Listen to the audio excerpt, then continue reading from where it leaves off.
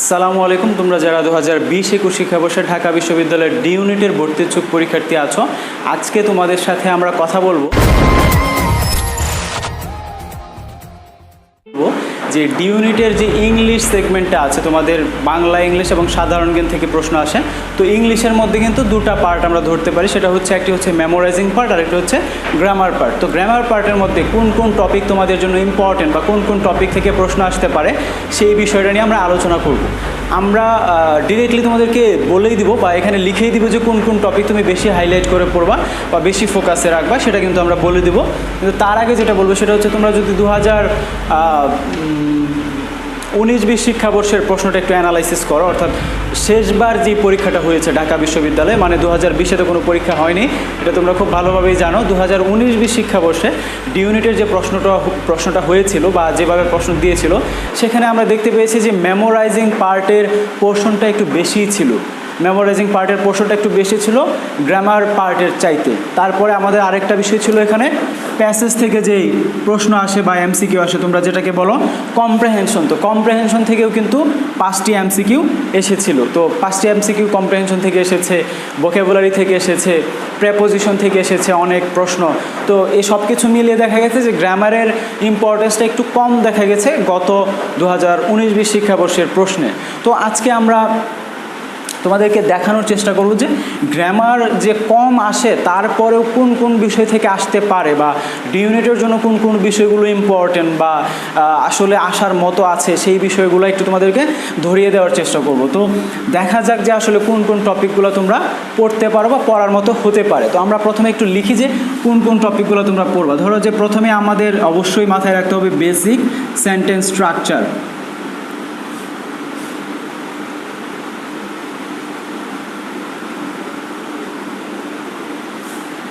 Basic sentence structure অবশ্যই আমাদের মাথায় থাকতে হবে, কারণ তুমি যদি ধরো গ্রামার পড়বা, গ্রামারের বেসিক সেন্টেন্স স্ট্রাকচারটাই তুমি ভালোভাবে জানো না, তুমি জানো না যে ক্লজ কোনগুলা, কোন ক্লজ কীভাবে চিনবো, কোনটা প্রিন্সিপাল ক্লজ, কোনটা সাবঅর্ডিনেট ক্লজ, এটা যদি তুমি ভালোভাবে বুঝতে না পারো, চিনতে না পারো, তাহলে কিন্তু তোমার জন্য খুবই ঝামেলা হবে। মানে এটা বেসিক একদম। যাই হোক, তো তারপরে অবশ্যই আমাদের জানতে হবে টেন্স রিলেটেড যা যা আছে। এটা আমি পরে আবার বলবো যে টেন্সের কোন বিষয়গুলো তোমরা পড়বা বা বেসিক সেন্টেন্স স্ট্রাকচারের কোন কোন বিষয়গুলো পড়বা, এটা আমি বলবো। আগে তোমরা একটু সিরিয়ালটা দেখো। তো বেসিক সেন্টেন্স স্ট্রাকচার, টেন্স, তারপরে আছে আমাদের subject, verb, agreement, subject, verb, agreement আছে। তারপরে আমরা ধরতে পারি প্রোনাউন রিলেটেড কিছু বিষয় আছে, এগুলো ইম্পর্টেন্ট। নাউনও ইম্পর্ট্যান্ট আছে, নাউন থেকেও মাঝে মাঝে প্রশ্ন আসে। তারপরে হচ্ছে আমাদের কোশ্চেন ফরমেশন বলতে হবে অবশ্যই। এখান থেকে গত বছর আমাদের সি ইউনিট, বি ইউনিট এবং ডি ইউনিট 3টা ইউনিটে কিন্তু প্রশ্ন এসেছে এই কোশ্চেন ফরমেশন থেকে। আমরা এটা কিন্তু দেখতে পেয়েছি যে বি ইউনিটেও এসেছে একটা এমসিকিউ, সি ইউনিটেও এসেছে একটা এমসিকিউ এবং ডি ইউনিটেও এসেছে একটা এমসিকিউ। এই বিষয়গুলো আছে। এবং এছাড়া আমরা ধরতে পারি অ্যাডজেক্টিভ, অ্যাডভার্বের কিছু বিষয় আছে। দেখা গেছে যে মোটামুটি কিন্তু থাকেই, প্রত্যেক বছর না থাকলেও মোটামুটি থাকে। আর্টিকেল থেকে কিন্তু গত বছর প্রশ্ন এসেছিল। যাই হোক, তো এই বিষয়গুলো তুমি যদি একটু ঠান্ডা মাথায় মানে বিষয়গুলো পড়তে পারো বা মনে রাখতে পারো বা একটু ভালোভাবে ডিপলি তুমি টপিকগুলো জানতে পারো, তাহলে তোমার জন্য খুবই ভালো হবে। যে কোনো ধরনের প্রশ্ন আসলে তুমি সলভ করতে পারবা। এছাড়াও আমাদের আছে তোমার ধরা যায় যে অ্যাডজেক্টিভ, অ্যাডভার্ব রিলেটেড কিছু বিষয় আছে, অ্যাডজেক্টিভ, অ্যাডভার্ব রিলেটেড কিছু বিষয় আছে। তো এখন আমি তোমাদেরকে একটু ধরিয়ে দেওয়ার চেষ্টা করি যে কোন বিষয়গুলো কীভাবে পড়বা। এখন ইংলিশের একটা বিষয় হচ্ছে কি, তোমার ধরো অন্যান্য সাবজেক্টে হুবহু রিপিট পাওয়া যায়। অর্থাৎ ধরো একটা প্রশ্ন 2017-তে এসেছে, 2020-এও সেটা এসেছে, এরকম। কিন্তু ইংলিশে হুবহু রিপিট কম হয় না যে এমন না, হুবহু রিপিট হয়। মেমোরাইজিং পার্টের ক্ষেত্রে হুবহু রিপিট হয়, কিন্তু গ্রামাটিক্যালের ক্ষেত্রে হুবহু রিপিট সেরকম হয় না। হলেও যেটা হয় সেটা হচ্ছে সেম টপিক থেকে আসে। ধরো একটা এক্সাম্পল আছে যে জ্যাক দিয়ে একটা এক্সাম্পল আছে, আর একটা এক্সাম্পল আসবে রহিম দিয়ে বা করিম দিয়ে, এরকম একটা বিষয় এরকম হতে পারে। তবে হুবহুই একটু কমই হয়। তবে টপিক যদি তুমি ভালোভাবে বুঝতে পারো বা আয়ত্ত করতে পারো তাহলে দেখবে যে সেটা খুব ভালোভাবে তুমি অ্যান্সার করতে পারবা। এখন আমি বলবো যে বেসিক সেন্টেন্স স্ট্রাকচার রিলেটেড তুমি কী কী পড়বা।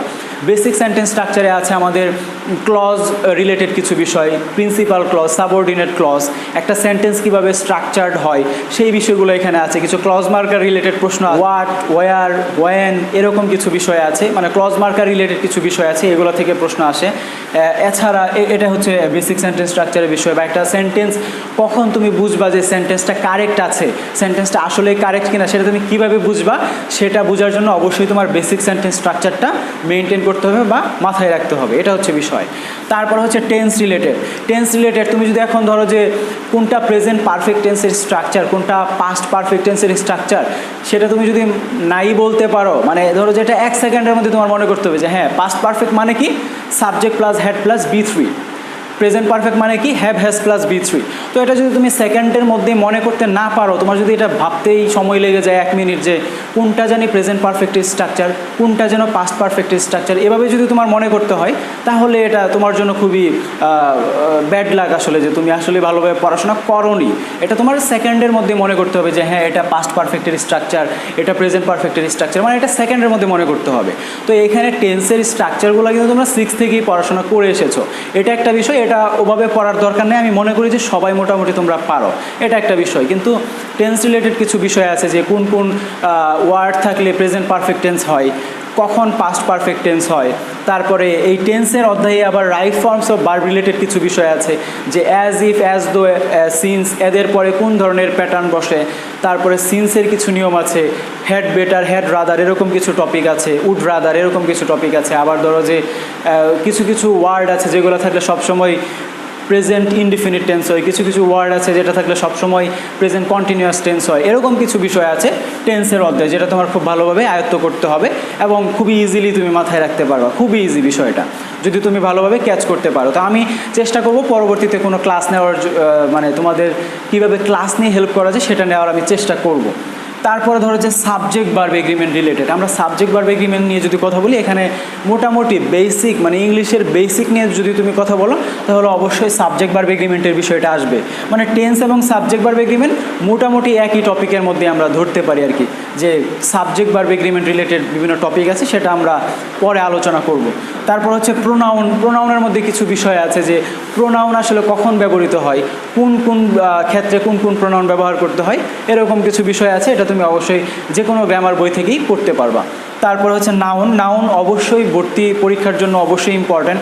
এখানে বিশেষ করে ইম্পর্ট্যান্ট হচ্ছে কোনগুলো কাউন্টেবল নাউন, কোনগুলো আনকাউন্টেবল নাউন, আনকাউন্টেবল নাউনের আগে কোন ধরনের ডিটারমিনার বসে, কাউন্টেবলের আগে কোন ধরনের ডিটারমিনার বসে, এগুলা খুবই ইম্পর্ট্যান্ট এখানে। তো এটা নিয়ে আমরা পরবর্তীতে আলোচনা করার চেষ্টা করব।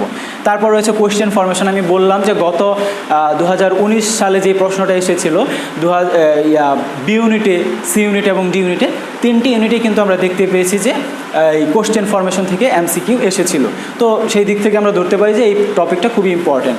আর্টিকেল থেকে 2019-20 শিক্ষাবর্ষে ডি ইউনিটে এসেছিল। ডি ইউনিটে আর্টিকেল থেকে একটা প্রশ্ন এসেছিল। আর অ্যাডজেক্টিভ অ্যাডভার্ব ইম্পর্ট্যান্ট। অ্যাডজেক্টিভ অ্যাডভার্বের মধ্যে রয়েছে যে অ্যাডজেক্টিভ কাদেরকে মডিফাই করে, কিভাবে মডিফাই করে, অ্যাডভার্ব কাকে মডিফাই করে, লিঙ্কিং ভার্বের কিছু বিষয় আছে, আরও ছোটোখাটো কিছু বিষয় আছে, এনাফের ব্যবহার, কখন এনাফ বসে, তারপরে সো, সাচ, টু, মেনি, এগুলার কিছু বিষয় আছে। এগুলা মোটামুটি ভালোই ইম্পর্ট্যান্ট বলা যায়। তবে আমি মনে করবো অবশ্যই basic sentence structure, tense, subject verb agreement, pronoun, noun, question formation, এগুলো তোমাদের খুব ভালোভাবেই পড়তে হবে। যদি এগুলাতে ভালো দখল থাকে তাহলে দেখবা যে ধরনের প্রশ্নে আসুক না কেন ডি ইউনিটে, গ্রামাটিক্যালের যা যা আসবে সবই তোমরা খুব ভালোভাবেই অ্যান্সার করতে পারবা। তো আমার কথা ছিল এটাই যে এই বিষয়গুলো তোমরা ভালোভাবে পড়ো এবং তোমরা আমাকে জানাও ভিডিওতে যে কোন কোন টপিকে তোমাদের আলাদা করে ক্লাস লাগবে বা কোন গ্রামার টপিকটা তোমাদের ঝামেলা আছে।